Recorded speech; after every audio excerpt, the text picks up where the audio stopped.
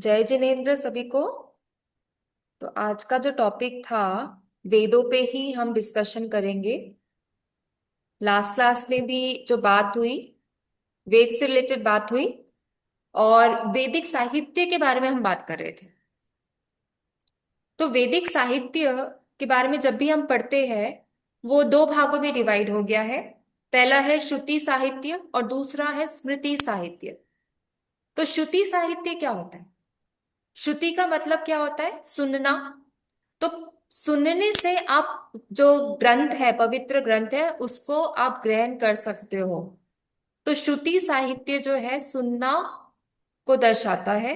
और इसमें वेद, ब्राह्मण, आरण्य का उपनिषद, ये सब चीजें शामिल है। श्रुति साहित्य में जो भी रहस्यमयी घटनाएं हैं, वो सब उसमें आ जाता है, क्योंकि जो रहस्यमयी बातें होती है वो सबको नहीं बताई जा सकती। क्योंकि अगर कोई उसका गलत इस्तेमाल कर लेगा तो वो साहित्य का अपमान होता है। और इसलिए श्रुति साहित्य उन सिलेक्टेड लोगों को ही पहुंचाया जा सकता है जो इसको समझ सके। तो जो ऋषि मुनि थे, उनको अच्छे से पता होता था कि कौन से शिष्य, कौन से स्टूडेंट्स उनके काबिल है। काबिलियत के बेसिस पे ही ये ज्ञान उनको मिलता था। तो उसको बोलते हैं श्रुति साहित्य। श्रुति साहित्य रहस्यमयी है और ये गिने चुने लोगों तक ही ये बात पहुंचाई जाती थी। अब वैदिक साहित्य में जो दूसरा वर्णन हुआ है, वो है स्मृति साहित्य। अब स्मृति का मतलब क्या होता है? याद किया गया शब्द, याद की गई बातें। स्मृति का शाब्दिक अर्थ तो ये हो गया। अब स्मृति साहित्य उत्तर वैदिक शास्त्रीय संस्कृत साहित्य का संपूर्ण निकाय है। और इसमें क्या क्या आ गया? वेदांग, षड दर्शन, जो मैंने बताया आपको, षड दर्शन क्या क्या होते हैं? सांख्य, देन न्याय, योग, मीमांसा, वेदांत, ये हो गए षड दर्शन। और वैसे पुराण, इतिहास, उपवेद, तंत्र, आगम, ये सब चीजें याद करके लोगों तक पहुंचाई जा सकती है, स्मृति on the basis of memory. ठीक है, हो गया वैदिक साहित्य का दो प्रकार का क्लासिफिकेशन। आगे भी हम वेद के और क्लासिफिकेशन को देखेंगे, ताकि क्लैरिटी होते जाए कि वेदों को क्यों क्लासिफाई किया गया, क्यों कैटेगराइज किया गया। इसलिए किया गया ताकि वो सिंप्लीफाई लगे, और प्लस वो हमारे जो लक्ष्य, हमारे जो गोल्स है, उस तक हमें पहुंचने में हेल्प करे। तो यही एक मकसद रहा है। अब साहित्य के बाद हमें जानना जरूरी है उसकी फिलॉसफी को। फिलॉसफी प्लस ये मैम जरूरत क्यों है? ये हो चुका है, आई नो, एक बार रिवाइज करा रही हूँ। मैम षड दर्शन में क्या क्या आएगा? षड दर्शन में सांख्य, योग, न्याय, वैशेषिका, मीमांसा, वेदांत, ये हो गया षड दर्शन। ये हो गया सब आस्तिक दर्शन जो कि वेदों को मानते हैं।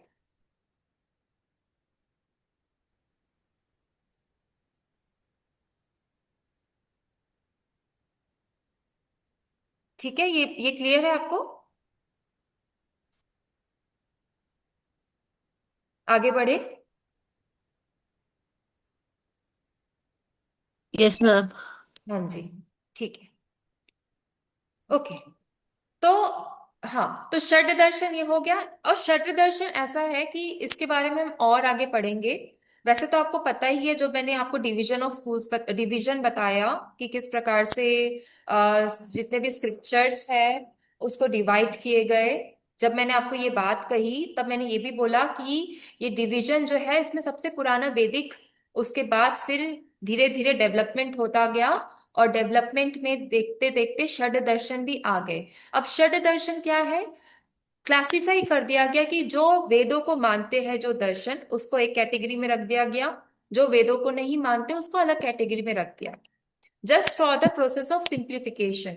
तो ये जो षड दर्शन में जो भी स्कूल्स ऑफ थॉट है, वो वेदों को ही एक फाउंडेशन मान के अपनी अपनी व्याख्यान करते हैं, अपने अपने थॉट, जो उनके विचार है उसको रखते हैं। अब वो विचार में सिमिलैरिटीज भी है, वो विचार में डिफरेंसेस भी है।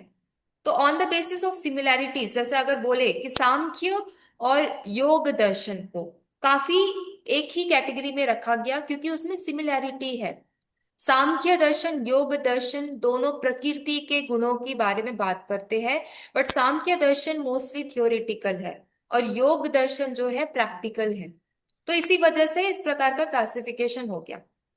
ठीक है।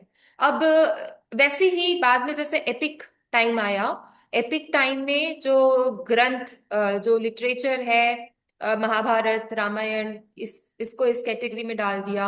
ये सारे दर्शाते हैं कि इंडियन फिलॉसफी कितनी वास्ट है और कितने अच्छे तरीके से इसमें डेवलपमेंट होता गया है, और डेवलपमेंट रुका नहीं है। आज भी कंटेम्परेरी पीरियड में जो बहुत बड़े बड़े थिंकर्स हैं, श्री अरबिंदो, स्वामी विवेकानंद, डॉक्टर राधा कृष्णन, उन्होंने भी वेदों को ही एक फाउंडेशन मान के प्लस अपनी जितने भी स्कूल्स ऑफ थॉट्स हैं उसकी पढ़ाई करके आगे अपने विचार रखे हैं।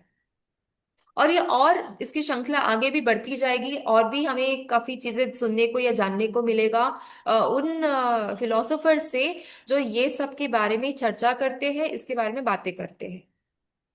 ठीक है। तो ये तो हो गया एक कि ये जो भारतीय दर्शन है कितना वास्ट है, और ये जो इंडियन नॉलेज सिस्टम है कितना डीप है, इसके बारे में। अब देखते हैं कि जो वेद है उनकी क्यों जरूरत है, किस लिए हम वेदों को पढ़ रहे हैं। तो थोड़ा मैंने इसके बारे में कल भी बताया था, आप लोग को और अच्छे से समझ आ जाए इसे मैं आज भी बता देती हूँ कि ये चार वेद तो हमें पता है होने चाहिए। ये क्लासिफिकेशन जो है जरूरी नहीं था, बट क्लासिफिकेशन करने से ही हमें ये सिंपल तरीके से समझ आती है, और इसके थ्रू हम और भी बातें समझ सकते हैं, इसलिए यहाँ पे चार वेद में क्लासिफिकेशन हुआ। हालांकि ये जो चार वेद है ये इसको वेद ही बोलेंगे।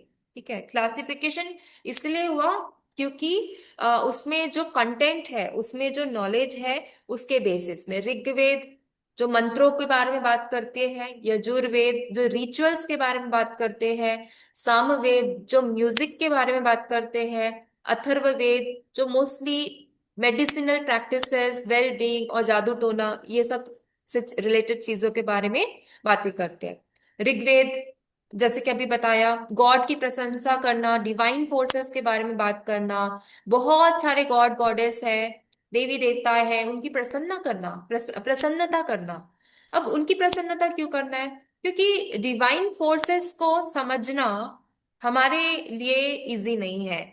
हमें पता है कि एज अ ह्यूमन हमारे अंदर बहुत लिमिटेशंस है, हम बहुत सारी चीजें नहीं कर सकते। भले हमारे पास बुद्धि है, सोचने का एक क्षमता है, बट इसके बाद भी हम ऐसी काफी चीजें नहीं कर सकते जो कि एक सुपर ह्यूमन या सुपर बीइंग में होना चाहिए।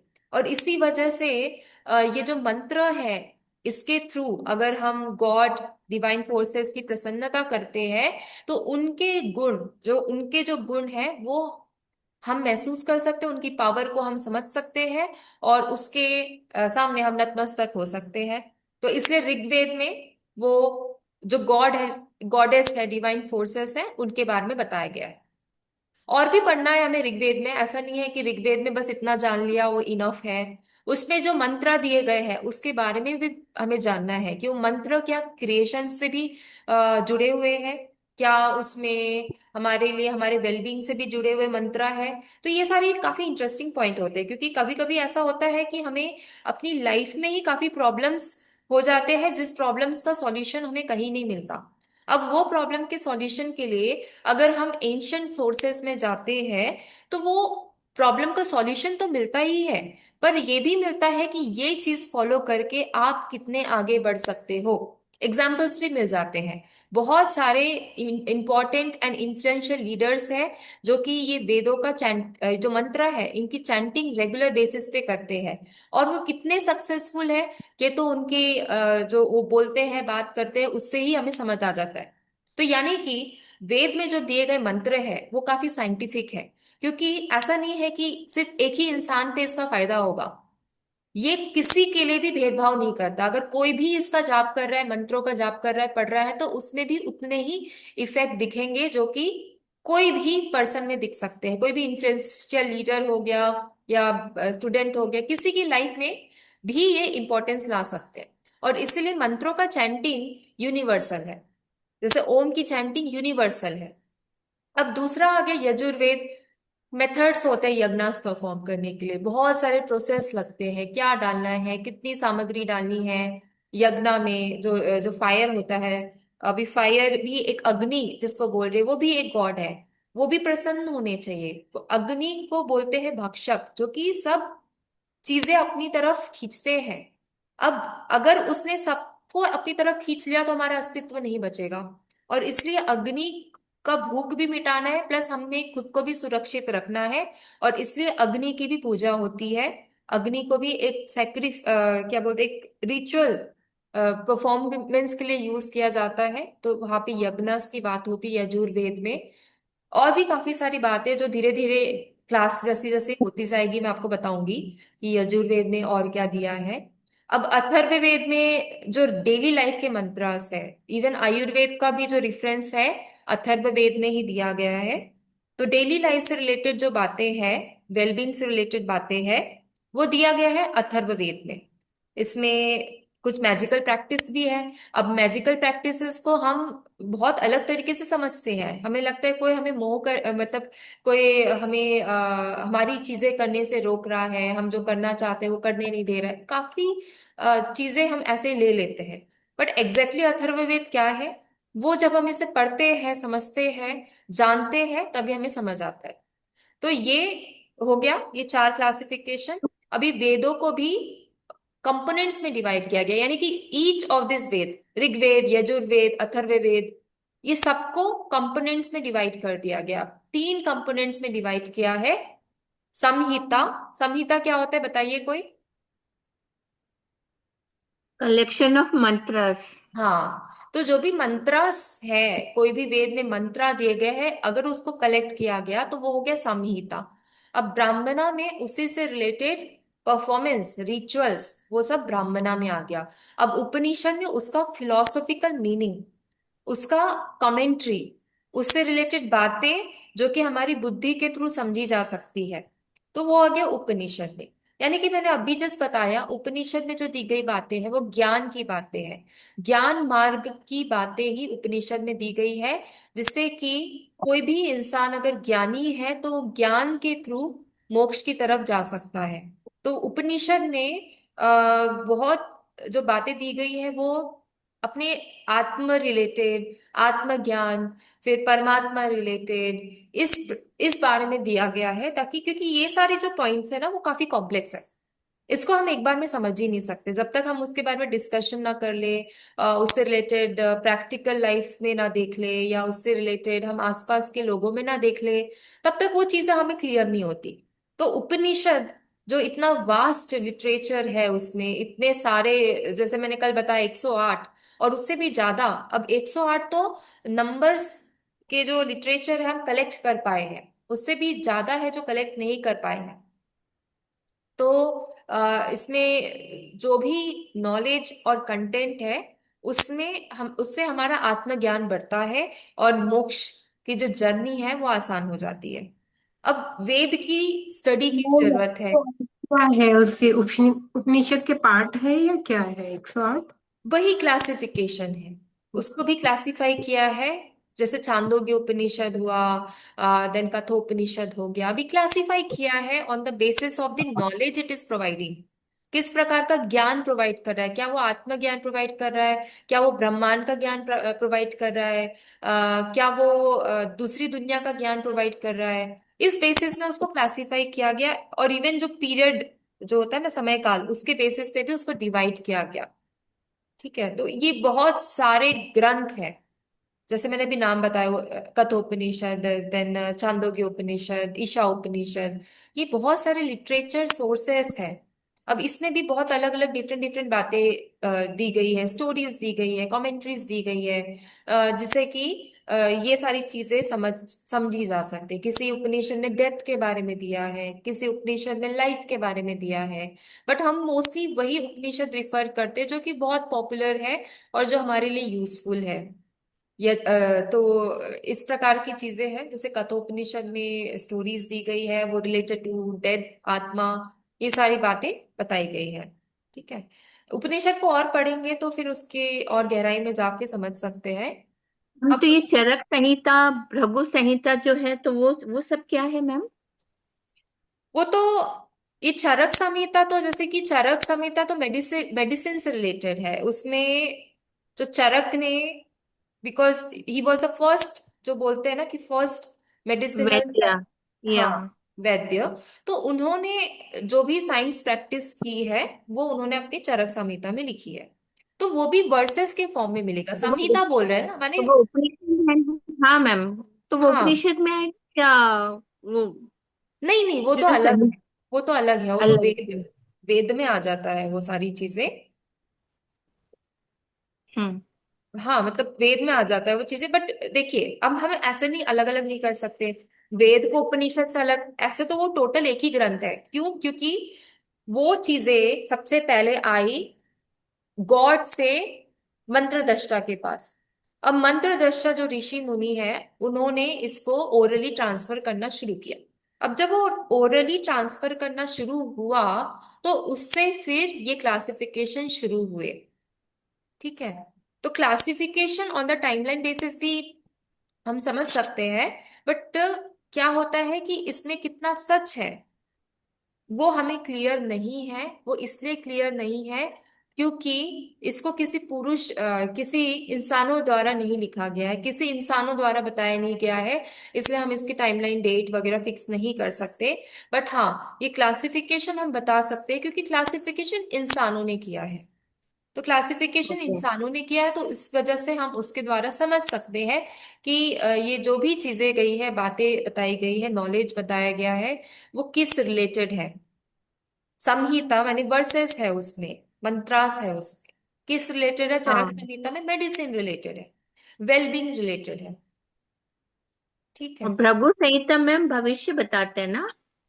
एग्जैक्टली तो मैं ऐसा बता नहीं सकती कि वो भविष्य बता सकते हैं या जो भी बता सकते हैं। बट हाँ, एस्ट्रोलॉजी से रिलेटेड भी संहिता है। और हमारी फ्यूचर यानी कॉस्मोलॉजी, इससे रिलेटेड भी है। ठीक है। अब जब तक उसको पढ़ा नहीं जाए तब तक तो बता नहीं सकते कि एग्जैक्टली उसमें क्या लिखा है। Okay ma'am, okay. हाँ। अब वेदों का पढ़ना क्यों जरूरी है? सबसे पहला पॉइंट, ये हमें बताते हैं ज्ञान के बारे में जो कि लौकिक है और अलौकिक है। बाकी जो भी आप साइंस वाइंस की बुक निकाल लो, सोशल साइंस ले लो, सिविक्स की बुक ले लो, हिस्ट्री की बुक ले लो, सभी आपको सिर्फ लौकिक दुनिया के बारे में बताती है। बट उपनिषद वेद ये ऐसा ज्ञान का स्तोत्र है जो आपको लौकिक वर्ल्ड के बारे में तो बताती ही है, और अलौकिक यानी कि स्पिरिचुअल सब्जेक्ट्स के बारे में भी इंफॉर्मेशन देती है। और इसीलिए बहुत इंपॉर्टेंट है। आजकल साइंस क्या कर रहा है? साइंस एक यूनिटी देख रहा है स्पिरिचुअलिटी के साथ, क्योंकि काफी क्वेश्चन है जिसका आंसर साइंस नहीं दे सकता। अब जब आंसर साइंस नहीं दे सकता तो आंसर के लिए कहा जाए। और इसीलिए काफी साइंटिस्ट लोग अब स्पिरिचुअलिटी की तरफ जा रहे हैं। अब स्पिरिचुअलिटी का सोर्स क्या हो गया? वेद, उपनिषद, ये सारी ग्रंथ। कोई भी धर्म का ग्रंथ ले लो, अभी फिलहाल वेद की बात हो रही है तो इसलिए वेद पे चर्चा हो रही है। तो ये ग्रंथों में ये स्पिरिचुअल रिलेटेड आंसर्स दिए गए हैं। ओके। तो इसीलिए वेदों का पढ़ना बहुत जरूरी है, क्योंकि ये हमें लौकिक यानी कि दिस वर्ल्ड एंड अलौकिक यानी कि दैट वर्ल्ड, दोनों से ही हमको परिचित कराता है। फिर दूसरा पॉइंट है कि ये जो वेद में जो दिए गए ज्ञान है, इससे हमें रिलीजन यानी अपने धर्म के बारे में समझ आता है। क्या हमारे रिचुअल्स होने चाहिए ये समझ आता है। क्या हमारे कल्चर होने चाहिए ये हमें समझ आता है। क्या डेवलपमेंट हो रहा है कल्चर में, कैसा होना चाहिए, ये सारी बातें समझ आती है। प्लस उसकी फिलॉसफी क्या है, उसको बोलने का मकसद क्या था, उसका पर्पस क्या है, उससे लोगों का क्या फायदा है, क्या उससे कोई नुकसान भी है, अगर नुकसान है तो कैसा नुकसान है। जैसे कि बोला जाता है कि जब तक आपको मंत्रों का ज्ञान ना हो आप उसको चैंटिंग ना करें, या जब तक किसी ने आपको बोला नहीं है, सिखाया नहीं है मंत्र को पढ़ना, तब तक आप ना पढ़े। रीजन क्या है इसका? कि अगर आपने गलत पढ़ लिया तो शायद उसका नुकसान भी हो जाए। फिर आप बोलोगे कि वेदों का मंत्र मैंने जाप किया और मेरे साथ ऐसा हो गया। बट बात तो यही होगी ना कि आपने समझा नहीं वेदों को, मंत्रों को जाना नहीं, उसके बाद आपने वो चीजें, वो विद्याएं प्रैक्टिस की जो कि गलत हो जाता है। और इसलिए बोलते हैं कि वेदों की जो ट्रेनिंग होती है वो गुरु के द्वारा ही होती है। जो गुरु, जो ट्रेडिशनल गुरु है, जो प्रैक्टिस करते हैं ये सारी चीजें, उनके द्वारा ही वेदों का ज्ञान हो सकता है। पर फिलहाल हम क्या कर रहे हैं, हम उसकी फिलॉसफी समझ रहे हैं, उसके ज्ञान के बारे में और उसकी जो विशालता है उसके बारे में समझ रहे हैं। और इसलिए हम मंत्रों के बारे में ज्यादा नहीं पढ़ सकते। मंत्रों के बारे में पढ़ना है तो वो हम जो ट्रेडिशनल गुरु है, जो जो क्या बोलते हैं, जो वैदिक स्कूल है, गुरुकुल्स है, वहां पे जाके हम ये सारी चीजें पढ़ सकते हैं। और जो नेक्स्ट पॉइंट ये है कि वेदा वेदों का ज्ञान इसलिए भी जरूरी है क्योंकि हमें जो ट्रेडिशन है, हिंदुइज्म, हिंदू रिलीजियस ट्रेडिशन, उसके बारे में भी जानकारी मिलती है। तो इसलिए भी वेदों का ज्ञान जरूरी जरूरी है। और नेक्स्ट पॉइंट है कि हमारे जो लाइफ में जो मेंटल एंड कल्चरल डिस्टरबेंसेस होती है उसको समझने के लिए भी वेदों का जो नॉलेज है वो काफी जरूरी है। तो ये तो हो गया philosophy and need of the Veda. अब देखते हैं कि ऋग्वेदी सुक्तास सुक्तास भी एक जो बोल रहे हैं कि एक वर्सेस हो गया, कलेक्शन ऑफ वर्सेस हो गया। अब इसका ऋग्वेदिक सुक्तास का फिलोसॉफिकल मीनिंग क्या है, किस प्रकार से हम इसको समझ सकते हैं, इसके हिम्स, वर्सेस, इसमें जो दी गई मंत्रास है, इसको समझ कैसे सकते हैं। सबसे पहली बात तो कि ऋग्वेद में जो भी सुक्तास है वो काफी मिस्टीरियस है, यानी कि रहस्यमयी है। अब रहस्यमय किस सेंस में है, क्योंकि वो यूनिवर्स, कॉस्मोलॉजी के बारे में ऐसी जानकारी देते हैं जिसको अनुभव के द्वारा नहीं समझा जा सकता। ये एक सुपर नेचुरल इंट्यूशन है।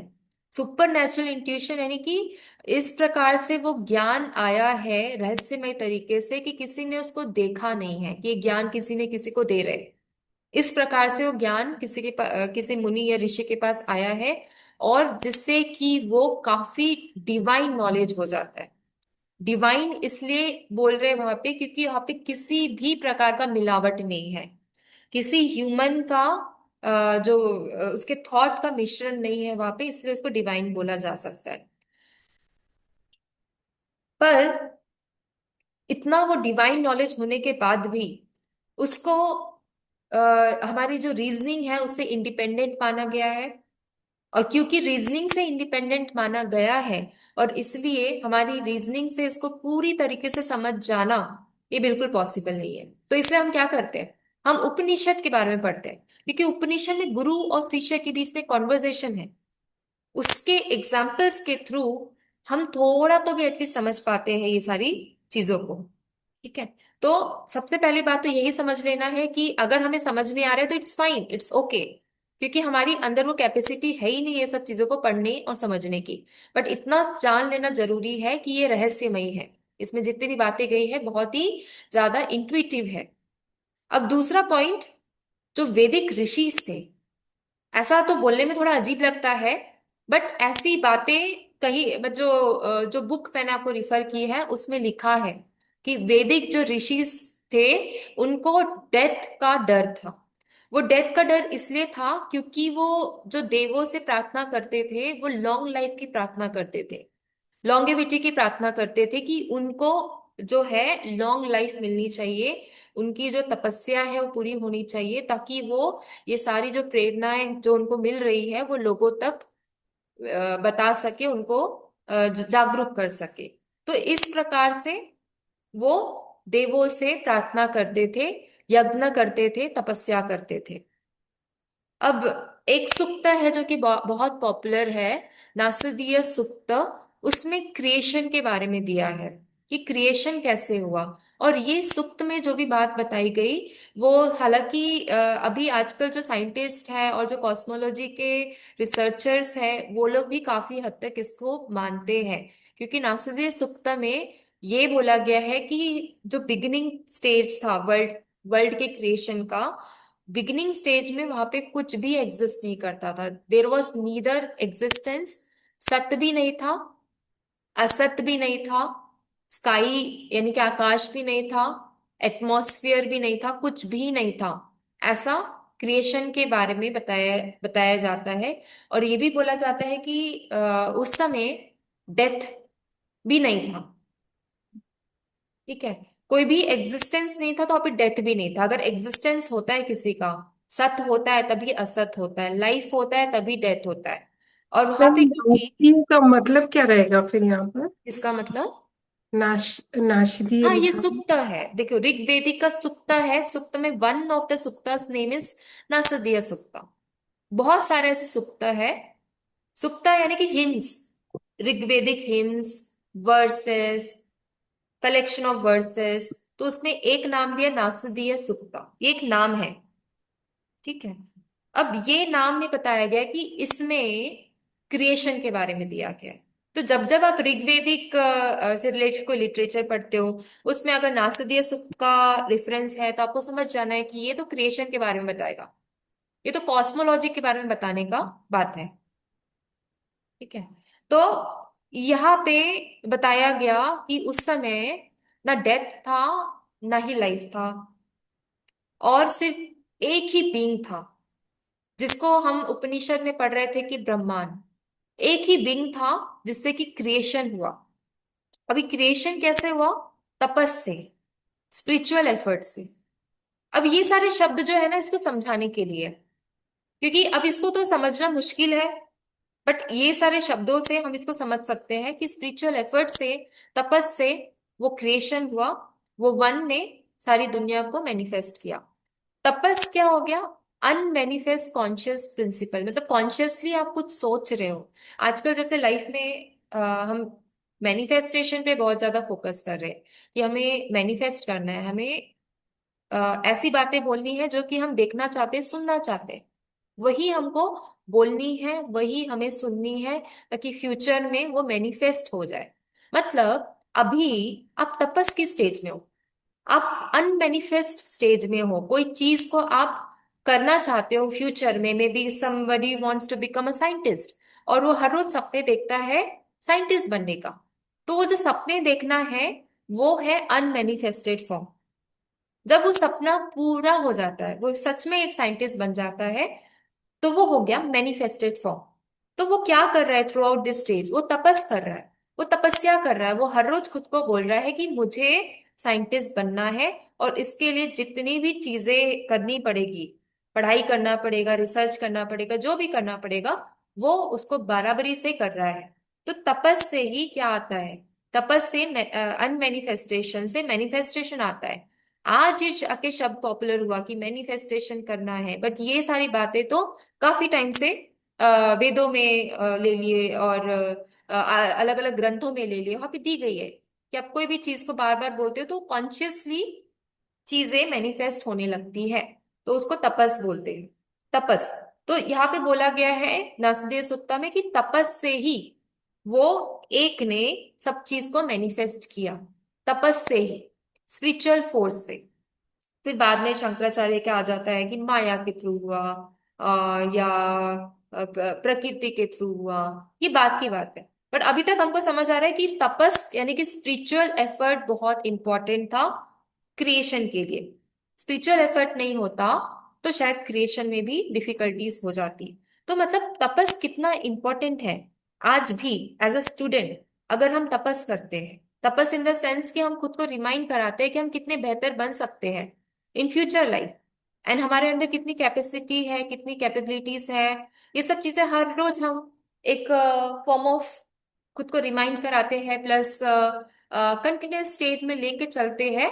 तो क्या होता है, फ्यूचर में वो मैनिफेस्ट होने की पॉसिबिलिटीज बढ़ जाती है।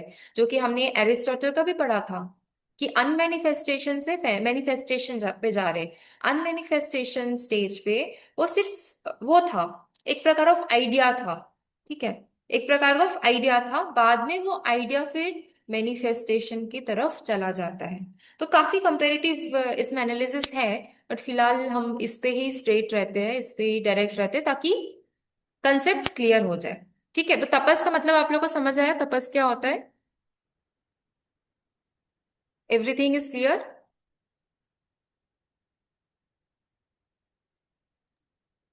Yes yes. मैम। यस हाँ। Ma'am, yes. ठीक है। तो तपस को याद रखिए, कोशिश करिए कि लाइफ में भी तपस होना इंपॉर्टेंट है। अब जैसे लास्ट मैंने कल लास्ट का सोम का भी बताया था।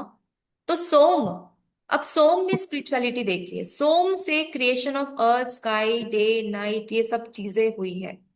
सोम सिर्फ जो हम लोग कल तक देख रहे थे कि एक प्रकार का एसेंस है, या लताओं पत्तियों को मिश्रण से ये रस आया है, ऐसा समझ रहे थे, बट ये और भी गहरा है। अब ये इतना गहरा है कि इससे क्रिएशन हो गया, ऐसा दिखा है नासदीय सुक्ता में। ठीक है, नासदीय सुक्ता वन ऑफ द ऋग्वेदिक सुक्तास, जो कि क्रिएशन के बारे में बताता है। तो उसके फिलोसॉफिकल मीनिंग को समझ रहे हैं। फिलोसॉफिकल मीनिंग हम तब समझते हैं जब हम अपनी बुद्धि का इस्तेमाल करते हैं, क्योंकि ये अनुभव के ऊपर है। हम इसको एक्सपीरियंस नहीं कर सकते, हम इसको देख नहीं सकते, हम सिर्फ इसको रीजन के थ्रू समझ सकते हैं। ठीक है, तो ये था। अब वेदों में इसके अलावा नीति यानी कि एथिक्स, और धर्म यानी कि राइचियसनेस। अभी ये ट्रांसलेशन भी ऐसा नहीं बोलूंगी कि एकदम एक्यूरेट ट्रांसलेशन है, क्योंकि हम नीति को नीति ही बोल सकते हैं ना, बट हम आज उसको ईज ऑफ अंडरस्टैंडिंग के लिए उसको एथिक्स बोलेंगे, मोरल कंडक्ट बोलेंगे, या धर्म को राइटियसनेस बोलेंगे, ड्यूटी बोलेंगे। बट जब हम नीति बोलेंगे उसको, तो वो चीजें ज्यादा समझ आएगी, या जब हम उसको धर्म बोलेंगे तो वो चीजें ज्यादा समझ आएगी। तो सबसे पहले तो हमने वेद का डिवीजन देख लिया। अभी ये भी देख लीजिए कि वेद जो है, on the basis of its content भी डिवाइड है। जो नॉलेज पोर्शन है वो एक अलग कंटेंट है, जिसको ज्ञान ज्ञान का कंटेंट बोल रहे हैं, और दूसरा कर्म कांड, रिचुअल पोर्शन, ये दोनों है। ठीक है, तो जैसे मैंने बताया कि वेद में ये दोनों है, बट उपनिषद में मोस्टली क्या है, दिस ज्ञान कांड, यानी कि नॉलेज पोर्शन ज्यादा है। फिर उसके बाद जैसे और एपिक्स में आ जाओ, महाभारत के एपिक्स, महाभारत से भगवत गीता ले लो, तो वहां पे मोस्टली क्या है, भक्ति से रिलेटेड है। भक्ति भी एक, तो इस प्रकार से योग में भी ये मार्ग बताए गए हैं जिससे कि इंसान मोक्ष की तरफ पहुंच सकता है। ज्ञान मार्ग, भक्ति मार्ग, कर्म मार्ग, ये इस प्रकार के मार्ग बताए गए जिससे इंसान मोक्ष की तरफ पहुंच सकता है। बट यहाँ पे वेदों का जो क्लासिफिकेशन हुआ है, पार्ट्स में डिवाइड हो गया है दो कैटेगरीज के बेसिस में, ज्ञान नॉलेज के बेसिस में, एंड कर्म रिचुअल्स के बेसिस पे। ओके, तो रीत के बारे में मैंने आपको कल ही बताया था, रीत क्या होता है, तो आप लोग इसको अच्छे से देख लीजिए। रीत होता है कॉस्मिक ऑर्डर, यूनिवर्सल लॉ, जिससे कि नेचुरल लॉ जिसे बोलते हैं, कि अब बोलते हैं ना कि नेचुरल साइकिल हमें डिस्टर्ब नहीं करना चाहिए। अभी किसी, जैसे कि अभी हमने खुद को तो रोका है, अभी एक जस्ट एग्जांपल दे रही हूँ, खुद को तो रोका है बिकॉज वी अंडरस्टैंड कि वेजिटेरियन होना कितना इंपॉर्टेंट है। ये तो हमने खुद को रोका है, बट हम जानवरों को नहीं रोक सकते। अगर वो दूसरी लाइफ में सरवाइव करते हैं तो वो एक नेचुरल लॉ की वजह से है, वो एक नेचुरल लाइफ साइकिल है, हम उनको नहीं रोक सकते। क्योंकि बुद्धि तो सिर्फ यहाँ पे इंसानों में है, तो बुद्धि की वजह से हम समझ सकते हैं कि हम क्या कर रहे हैं, क्या करना चाहिए। बट जो बाकी सारी चीजें हो रही है आसपास, वो नेचुरल लॉ की वजह से हो रही है, तो उसमें हमारा कंट्रोल नहीं है। उसमें मूवमेंट्स भी आ जाते हैं, जैसे सन का रोटेशन, मून, नॉट सन का रोटेशन, सन है, फिर मून का रोटेशन, स्टार्स है, डे एंड नाइट हो रहा है, ये सब चीजें नेचुरल लॉ की वजह से होती है। अब इसको बोला गया है कि क्योंकि ये रीत जो हो रही है, तो इसका कोई कंट्रोलर होगा, इसको कोई संचालित संचालित करने वाला होगा, और उसी संचालित करने वाले को वरुण देव बोला गया है। ठीक है, तो वरुण देव जो है वो कंट्रोलर ऑफ रीत है। और काफी सारी स्टोरीज आपको महाभारत में भी मिलेगी, जो कि जिसमें वरुण देव का रिफरेंस आएगा, कि किसी जैसे अर्जुन को प्रॉब्लम हो रहा है, तो उन्होंने वरुण देव को याद किया, वरुण देव आ गए, वरुण देव ने उनकी सहायता की। इस प्रकार के रेफरेंस आपको दिखेंगे। कहीं ना कहीं से ये चीजें सारी कनेक्ट हो जाती है, ये दिखाने के लिए कि स्पिरिचुअल फोर्सेस इंसानों की सुन सकता है। अर्जुन तो उस समय इंसान थे ना महाभारत के टाइम पे, मतलब एज अ ह्यूमन वो थे वहां पे। तो ह्यूमन जब देव को याद कर रहे हैं, तो देव बिल्कुल आते हैं उसके पास और उनकी सहायता करते हैं। तो यहाँ भी ऐसा ही रेफरेंस दिया गया है कि जो देव है, देवताएं हैं, उनकी अगर हम पूजा करते, उपासना करते हैं, तो वो हमारे सहायता के लिए आते हैं। और इसीलिए बाद में ये लोगों के लिए भक्ति मार्ग तक पहुंच जाते हैं। कि अगर आप इसको नॉलेज रूप में नहीं समझ रहे हो, स्पिरिचुअल रूप में, और मैंने स्पिरिचुअल रूप में आपको बताया कि आप उसके लिए अगर तपस करते हो, तो वो आपकी चीजें पूरी होती है, ये एक स्पिरिचुअल लैंग्वेज में मैंने बताया। अब इसका भक्ति मार्ग क्या है, कि आप तपस मत करो, आप उसकी उपासना करो, पूजा करो, ये हो गया भक्ति मार्ग। मतलब एक ही चीज है बट उसको करने का तरीका, मेथड्स अलग अलग है। अभी क्योंकि मेथड्स अलग अलग इसलिए है क्योंकि इंसानों की कैपेबिलिटीज के हिसाब से, अगर कोई ज्ञान से सेटिस्फाई है, ज्ञान से उसको सब कुछ समझ आ जाता है, तो वो उसमें ही उसको करना चाहिए। तो ज्ञान के रास्ते भी मोक्ष पे चला जाता है, भक्ति के रास्ते ही मोक्ष पे चला जा सकता है। इसका मतलब बिल्कुल जरूरी नहीं है कि यहाँ पे ऐसा बोल दिया गया कि आपको टेम्पल्स घूमना पड़ेगा, यहाँ जाना पड़ेगा, बिल्कुल भी नहीं। अगर आपको ज्ञान के माध्यम से ही आपको मोक्ष के मार्ग की प्राप्ति हो रही है तो आप वो चीज भी कर सकते हो। इनफैक्ट भगवत गीता जैसे लिटरेचर है, वहां पे ज्ञान को सबसे ज्यादा इंपॉर्टेंस दिया गया है कि अगर कोई इंसान ज्ञानी है, वो स्वाध्याय करता है, तो उसको फिर बाकी चीज की जरूरत नहीं पड़ती, क्योंकि ज्ञान से ही उसकी इंद्रियां कंट्रोल में रहती है, और ज्ञान से ही उसकी जो प्यूरिटी है वो मेंटेन रहती है। तब उसको कोई रिचुअल की जरूरत नहीं है। और इसी वजह से यहाँ पे दो पार्ट मैंने आपको बताया वेद का, ज्ञान कांड एंड कर्म कांड।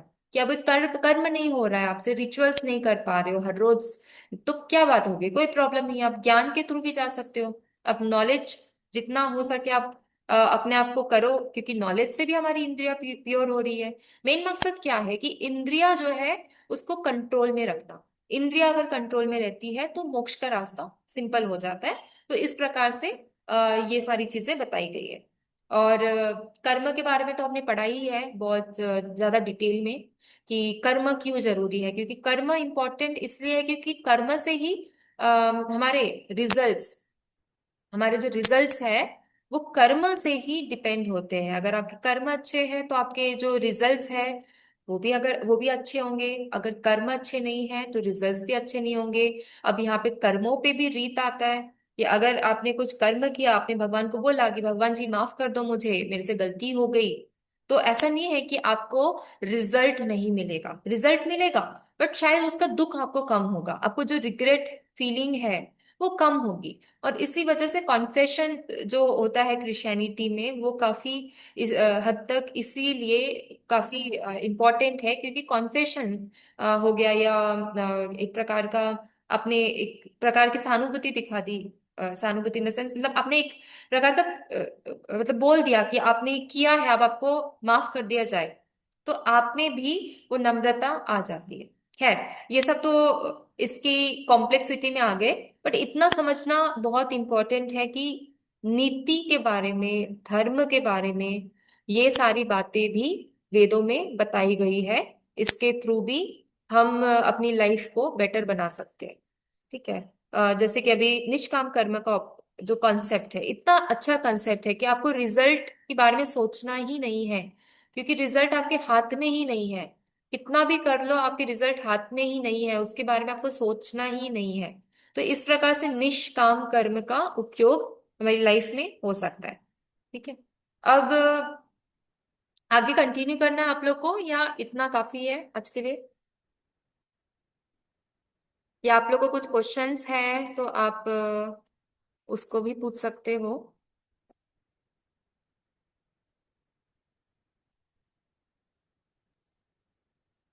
सब लोग सुन रहे हैं? जी मैम, नेक्स्ट क्लास में कंटिन्यू कर सकते हैं मैम। हाँ, तो आप लोग अभी फिर डिस्कशन शुरू करिए, 10 मिनट बताइए आज क्या सीखा, फिर हम नेक्स्ट क्लास में कंटिन्यू करेंगे।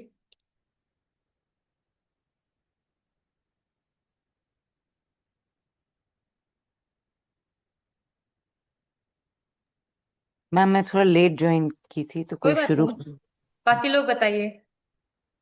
कहा गया इंदिरा जी, अलका जी, कहा है मीनाक्षी जी, बताइए। मेनली तो आपने थोड़े पार्ट में कल का जो था वो रिवीजन कराया। हम्म। उसके बाद डिवीजन ऑफ द कर्मास, मतलब डिवीजन ऑफ द वेद आपने बताया, तो दो भागों में बताया था आपने।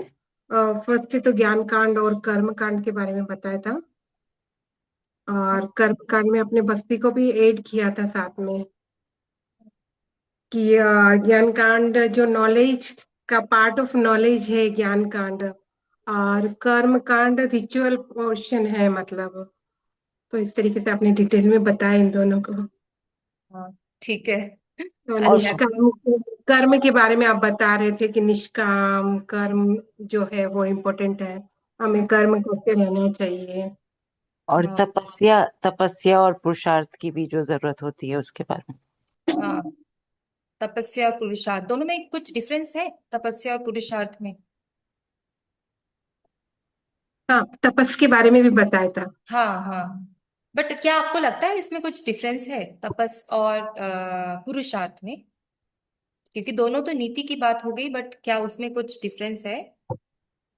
मैम पुरुषार्थ में भी हार्ड वर्क एंड तपस्या में be slightly specific because a lot of Indian traditions explain what tapasya is, whether through fasting or doing certain internal or external austerities.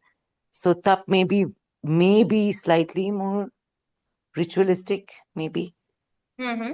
Uh, हाँ। वर्ड के शब्द के हिसाब से तो दोनों का मतलब एक ही है। तपस का मतलब तपस्या भी वही चीज है जो हमको करनी है, बट शायद इंटरनल और एक्सटर्नल दोनों है इसमें। पुरुषार्थ भी दोनों हो रहा है, उसमें शायद वो एक्सटर्नल ज्यादा हो रहा है पुरुषार्थ में।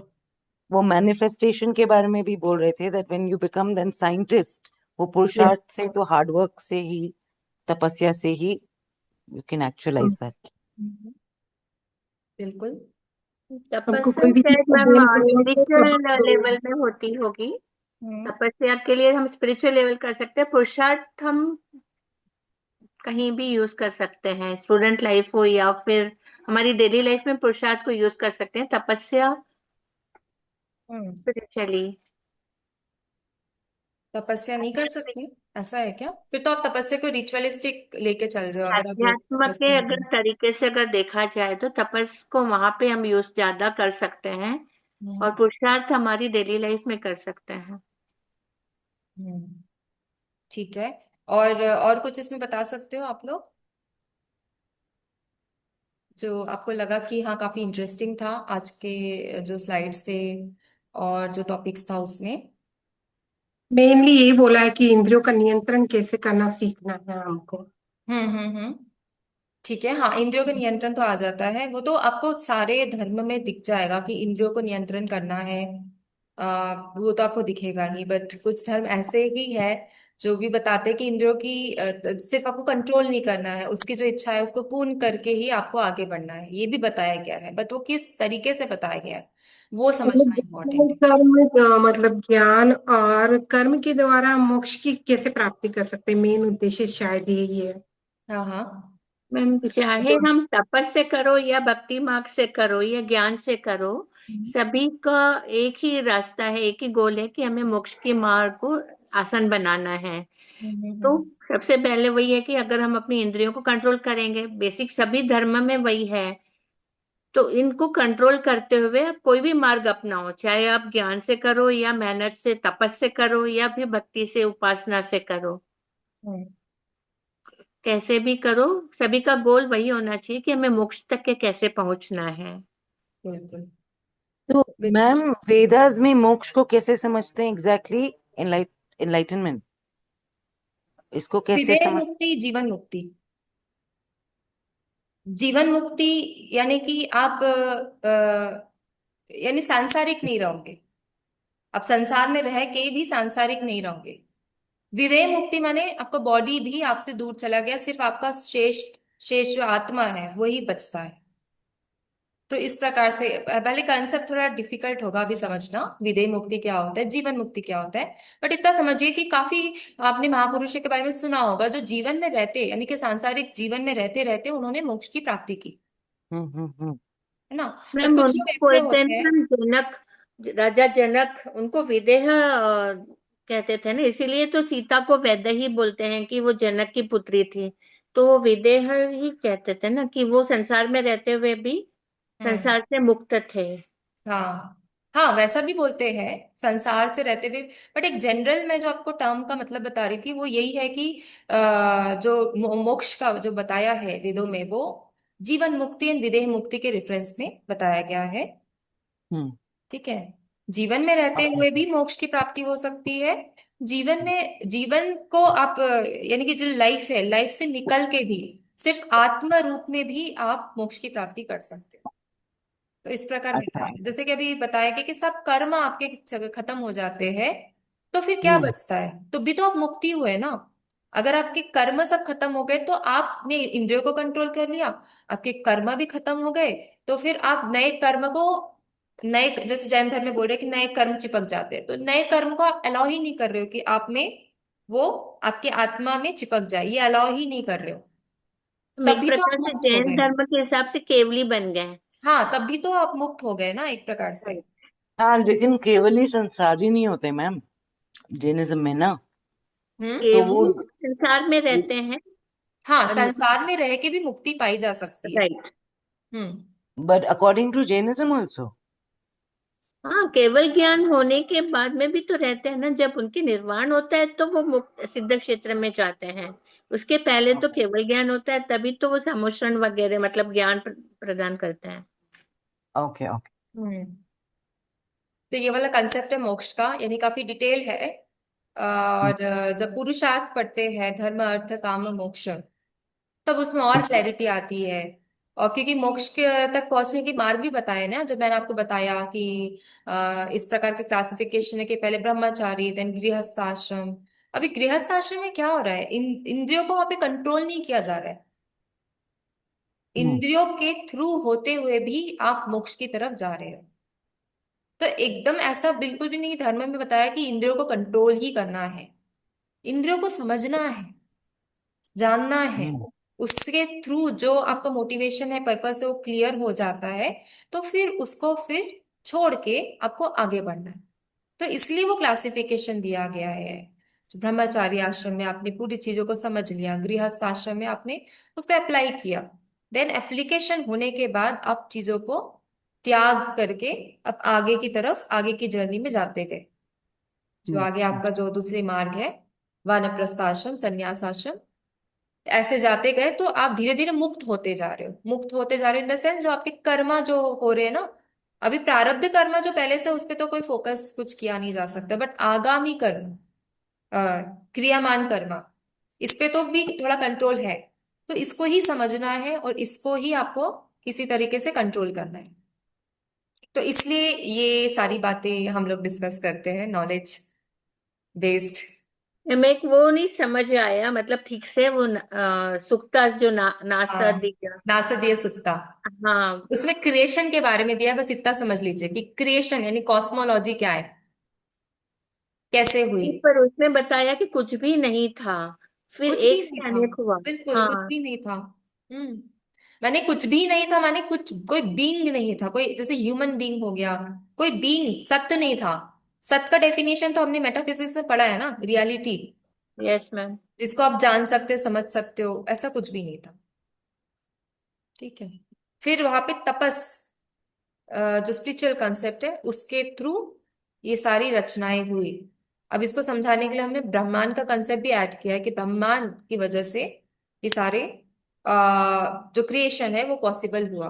तो ब्रह्मांड जो परमात्मा है, देन फिर जो उनका ही जो अंश है जीवात्मा, उसके थ्रू जो भी है वो क्रिएशन का तो चेन मैम यहाँ पर हम है। ये कह सकते हैं कि सांख्य दर्शन वाला जो है प्रकृति पुरुष, तो वो नासदीय सुक्ता से रिलेटेड है, कि कुछ भी नहीं था फिर प्रकृति से पुरुष, लाइक वो वाला हुआ। हाँ, मतलब रिलेट तो आप कर ही सकते हो, क्योंकि सांख्य दर्शन वगैरह भी जो भी क्लासिफिकेशन हुए हैं वो वेदों से, वेदों को ही फाउंडेशन रखे हुए हैं। हम्म। तो कॉस्मोलॉजी को अगर समझना है तो इस रूप से हम लोग समझ सकते हैं, but cosmology is a very vast subject. उसको ऐसे एक दो लाइंस में या वर्सेस में समझ लेना या बोल देना कि ये ऐसा ही है, वैसा ही है, ये बिल्कुल भी जस्टिफाइबल नहीं होगा। पर फिलहाल हमें कुछ कंक्लूजन में आने की जरूरत नहीं है कि ये ऐसा ही है, वैसा ही है। फिलहाल हमें सिर्फ अंडरस्टैंडिंग करना है, सिर्फ समझना है। जो भी चीजें हैं, हमें हमें बिल्कुल भी जजमेंट नहीं करना है, बिल्कुल भी कोई भी कंक्लूजन में नहीं आना है कि यही मेन है, यही इंपॉर्टेंट है, बिल्कुल भी नहीं। तो इसलिए बोल रहे हैं कि रीजन को अपना साइड में रख के हमें ये सब चीज को समझना पड़ेगा। क्योंकि जब भी हमारा तर्क आ गया ना, बुद्धि आ गई ना, तब हम चीजों को एज इट इज नहीं समझेंगे। हम हमेशा उसको अपनी तरीके से जानने की कोशिश करेंगे। हमें जैसा चाहिए, हमें जैसे जानना है, उस प्रकार से उसको देखने की कोशिश करेंगे।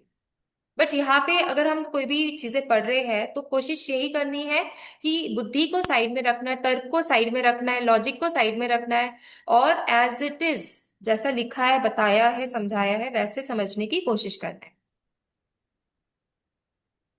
ठीक है, डिफिकल्ट हो सकता है क्योंकि हमारी आदत होती है हर जगह पे हमें अपने तरीके से सोचना है, और दूसरे कंपेरेटिव रिलीजन से कंपेयर करना है, ये काफी आदत होती है। बट फिलहाल के लिए कोशिश करना है कि जब धर्मों के बारे में स्टडी कर रहे हैं तो ये जजमेंट्स वगैरह सब साइड में रखते हैं, क्योंकि कॉन्फ्लिक्ट्स नहीं होना चाहिए। जैसा है वैसे ही समझ लेते हैं, फिर बाद में हम डिसाइड करेंगे कि हमें इसका करना क्या है। ठीक है। Okay ma'am. Okay, then we will wind up. और कोई Yes. Questions? No. That's it. Thank you, ma'am. Okay then, जय जिनेंद्र। See Jai you in next Chinese. Class. चलिए। Thank you. Thank you.